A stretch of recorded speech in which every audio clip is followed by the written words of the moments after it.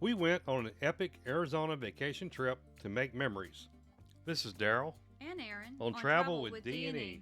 One of the towns where we stayed and explored the surrounding areas while on our epic Arizona travels was Flagstaff, Arizona. We went off to explore the Wupatki National Monument in nearby Sunset Crater Volcano National Monument. In the Wupatki National Monument, you get to walk amongst the ancient Pueblos to gain an understanding of how the ancient Native Americans lived and thrived in this environment.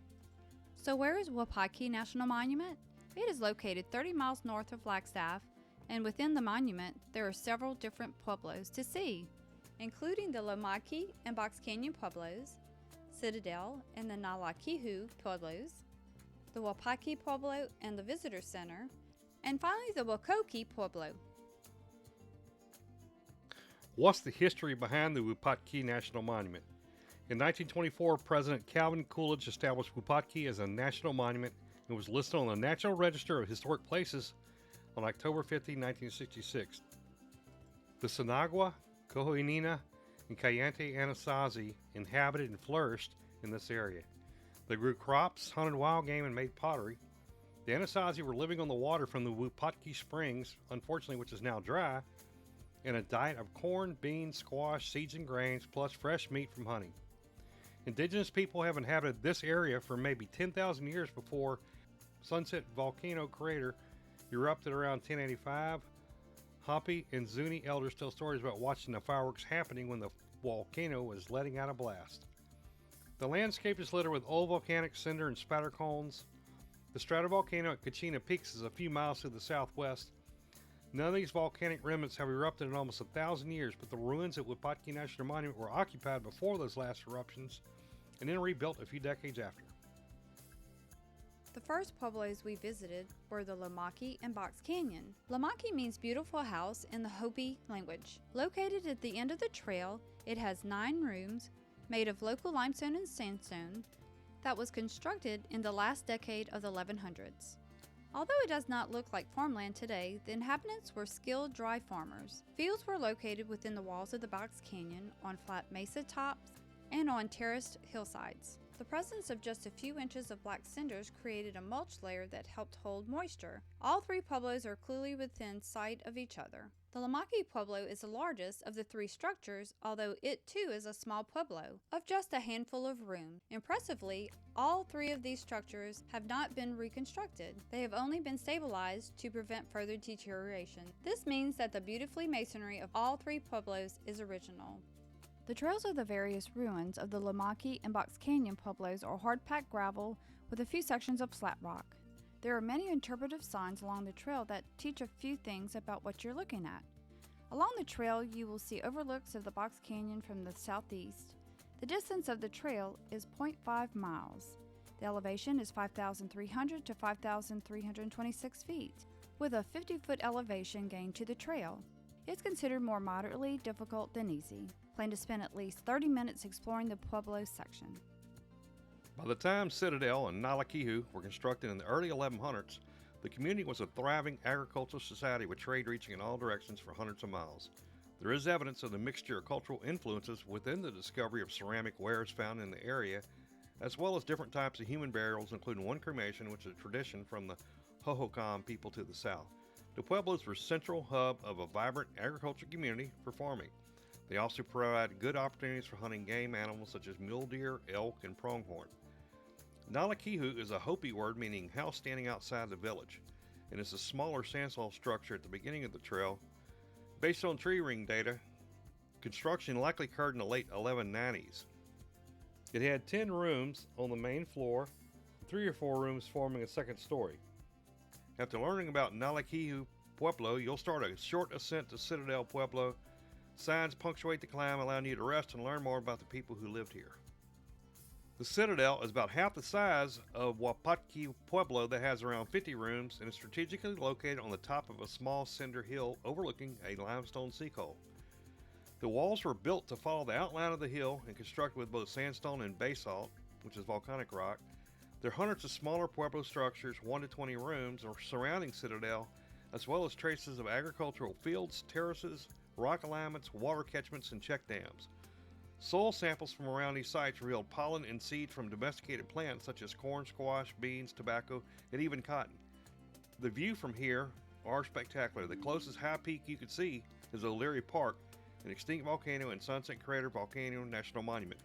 In the distance are the San Francisco peaks, which has a little snow on them, which are the highest mountains in Arizona. Now, what to expect when you do this hike. The location is a 4-mile drive from the north entrance to Wupatki off Highway 89, 10-mile drive from the Wupatki Visitor Center. The walk is a round-trip distance of 0.3 miles. It is considered an easy hike, although you do got to go uphill just a little bit as you're going on top of the Citadel. Plan to spend at least 30 minutes to 45 minutes exploring this pueblo. We've now arrived at the Wukoki Pueblo. Wupatki means long cut house in the Hopi language.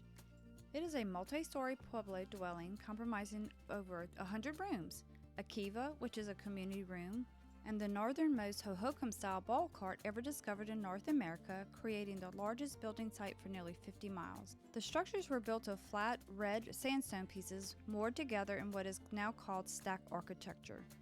Logs were brought in from the mountain forest and used for roof and floor beams. Around each central living structure was a series of pit houses and smaller pueblos. The buildings were close to the spring that flowed in those wetter days but are no longer flowing. Also near each pueblo structure is a large catch pond to catch rainwater for irrigation. The ancestors of contemporary Pueblo tribes during the 1100s, archaeological evidence shows trade amongst the people that lived here, including copper bells, shell bracelets, and macaws, all of which took place for hundreds of miles in each direction. Most wildlife in the monument are animals that are primarily active in the early mornings and late evenings. If you arrive early to the area, you may see coyotes, mule deer, pronghorn antelopes, rabbits, lizards, and various species of birds. There is a geologic feature called a blowhole where air flows in and out from the ground. The hole is connected to cracks and crevices within the crust of the earth that were created by earthquakes. What to expect when exploring the Wupatki Pueblo site? It's a round-trip distance of 0.8 miles, with a portion of it requiring a short distance down and then back up. It's considered an easy hike. The elevation is 4,821 to 4,903 feet. Plan to spend at least an hour to an hour and a half on this large-scale multi-level Pueblo community. This is also the location in the park where the visitor center is. For the truly adventurous, a variety of guided and off-trail ranger-led hikes are offered from November to March, ranging from moderate to very strenuous.